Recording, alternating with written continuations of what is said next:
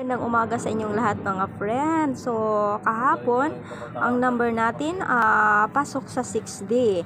At ngayon, ito ang ating panibagong schedule. So, kahapon, yun sana ang regalo sa atin. Kaso lang, talagang pumasok siya sa 6D. So, wala talaga tayong magawa, di ba? So, ngayon, bali 4 na number ang ibigay ko sa inyo. So, tayaan nyo talaga ito mula 2 p.m., 5 p.m., 9 p.m. Huwag nyo talaga ito kaligtaan. Baka lalabas ang ating number, so magsisi kayo kung hindi nyo ito tayaan.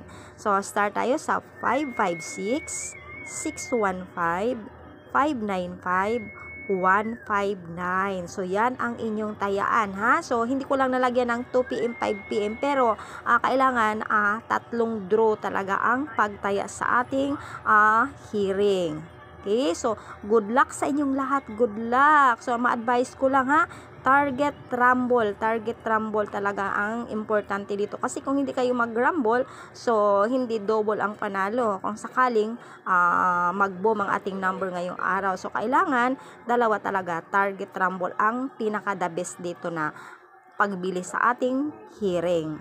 So ma-advise ko lang muli So, wag talaga nyo ito kalimutan kasi importante ang ating hearing ngayong araw. At pag manalo tayo, di ba, masaya tayo. So, hope ngayong araw tatama tayo para happy ang ating araw. Okay? Basta, mga friend, 2 p.m., 5 p.m., 9 p.m. So, ang pagbili sa ating mga number. So, good luck sa inyong lahat. So, magkita-kita tayo alas 2, alas 5, alas 9. So, basta diretso na talaga ito hanggang gabi. Bali, 3 draws na bula. Good luck mga friend. Bye-bye!